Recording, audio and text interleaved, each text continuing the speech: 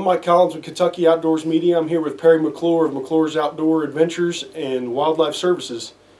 Perry, it's really getting time to think about getting those food plots in the ground. What's the first step for people? The first step for people is knowing what you want to plant. Do you have the resources to plant it? But first and foremost is pull a soil sample. That is, that's your vitamins. That's what you're going to put in the ground to grow your groceries. So that's what we're going to be doing today. We're going to be doing some demos with a soil sample probe that every extension office in your county, respective county, has that. And they also give the bags that you can send off to the labs in Kentucky.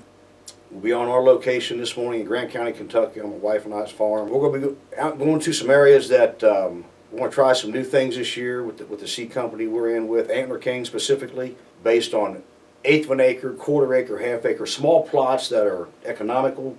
A budget's important as well. What's your budget? You know, what can your wall afford? Explaining what we're planting, what fertilizer it's going to take, explain the numbers, the nitrogen, potassium, phosphorus. What does it take to grow that plant?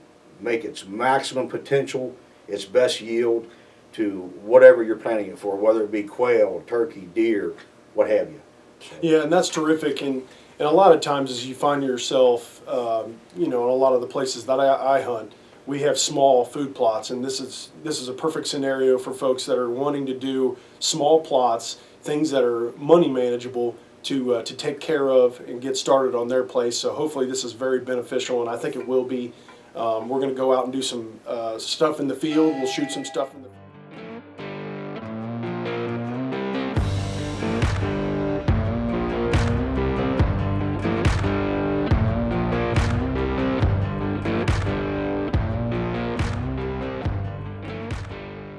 We are live on location on Tiff and I's farm here in Grant County, Kentucky.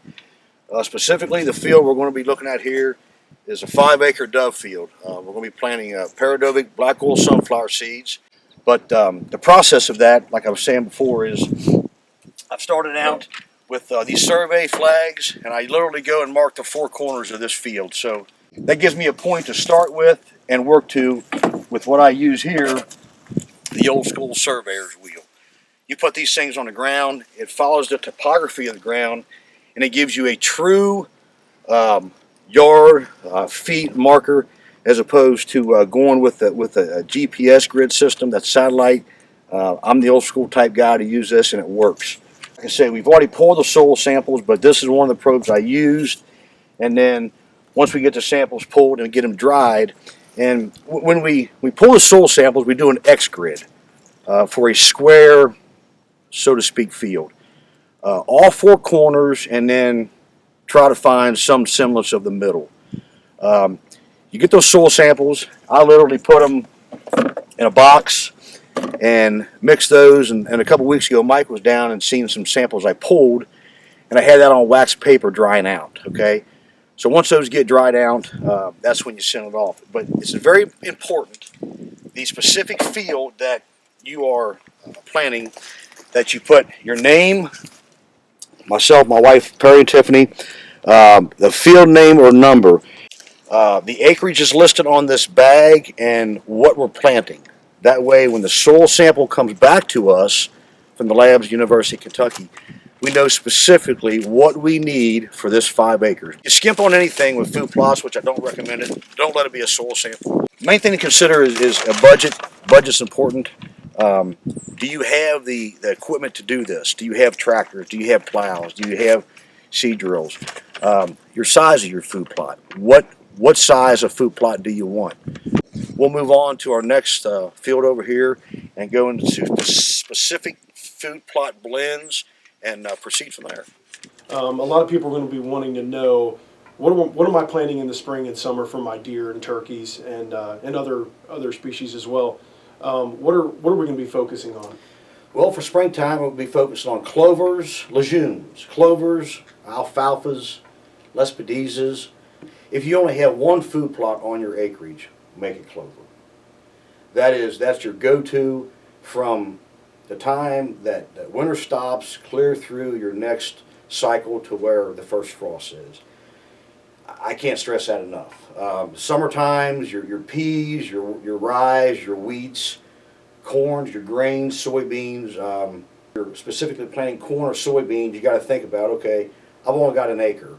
This is what I want to do with an acre of corn or an acre of beans. It all looks beautiful when it's planted, but the deer will devour it. So you got to think about, if you're going to plant grains, do I have enough acreage to plant those grains? There's nothing worse to have your time, your money into a food plot, and literally in 1 week it's gone. But then in the fall, your brassicas, your rapes, your radishes, your tubulars, radishes, beets, turnips, chicory, the winter greens. You really won't see an effect with the deer hitting them until after the first frost. It turns those starches into sugars, and look out. So Absolutely. when the first frost hits it, that's where they're going to be at, is your brassicas. So, all right, here we are back at the finger I was talking about. This particular finger, it runs somewhat east and west. I'm going to be marking this off for soil sample purposes, which we will pull today. All four corners, and obviously I got my survey wheel here. That's going to give me my square footage to break this down per acre for my fertilize, my lime, and so forth. So we're going to go through the motions. Here we go.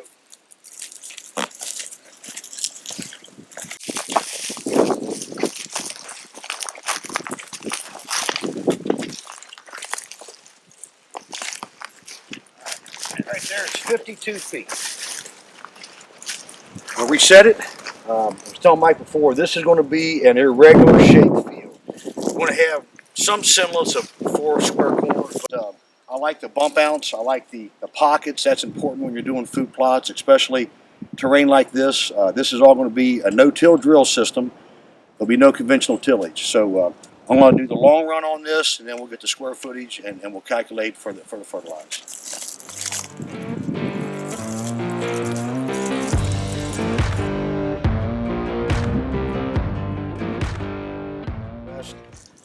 We flagged it off, and we got the square footage. It's about 13,000 square foot. What I'm going to do here, I'm going to pull 4 soil samples. I'll go ahead and get one done, but I'm going to calculate this fertilize-wise for a half acre. I'm going to go a little bit heavy, strictly because of the terrain. I'm going to have some runoff here, so and this is going to take some major work to get in here to plant what we want to plant for drill-wise. So here's a process of pulling a soil sample.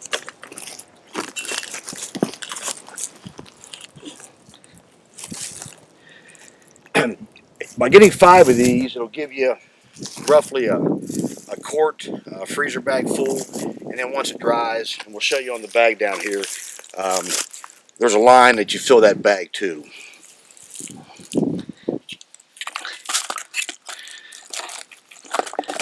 This ground is actually a little bit better shape than I thought it would be. We're on the second sample here, and we'll touch base on mixing of the soil. So the whole reasoning for the 5 different or the 4 corners in the middle is you are mixing these soils. You're getting 5 samples from one field.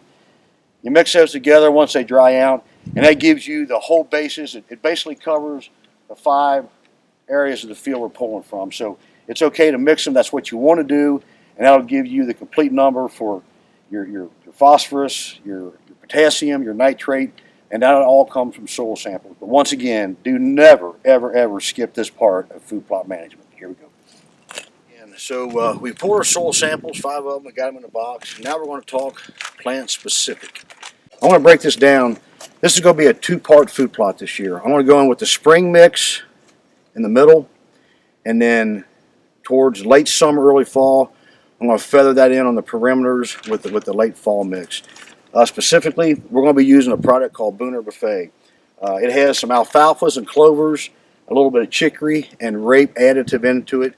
But that's going to be an early season springtime plant, and that's literally going to be, so this field's 52 feet wide roughly.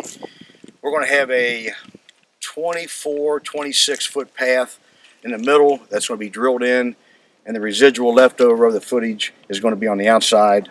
Each edge on the west end and the east end here. And the reason I'm doing that is, as I was telling Mike before, off this little southeastern tip here, there's going to be a road system that comes in that we got to do some work with chainsaw on, some bobcat work. and making some barriers for behind us, which is a bedding area, to force these deer to travel into this specific food plot this year. And for this particular mix, and I'm going to break this down and what fertilize is and what it means. Booner Buffet is going to take 300 pounds per acre of 5, 15, 30. Okay, your numbers are 5, 15, 30. So that's 5% nitrogen, 15% phosphate or phosphorus, and 30% potash or potassium.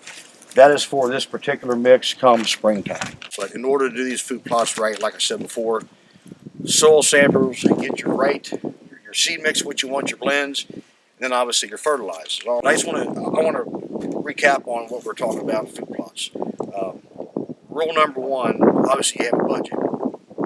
Think about keeping your food plots small, a quarter acre, eighth acre, quarter acre, half acre. What's told you I need to put a food plot here? Is it past experiences with deer movement, what have you? What do you want to plant? The shape of it. I'm not a big fan of just having a symmetrical square.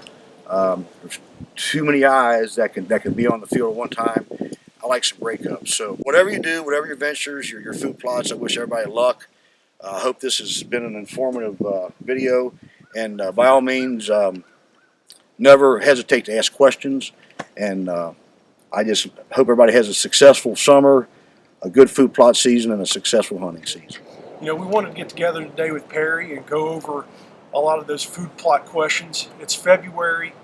We needed to start talking about getting those soil samples done.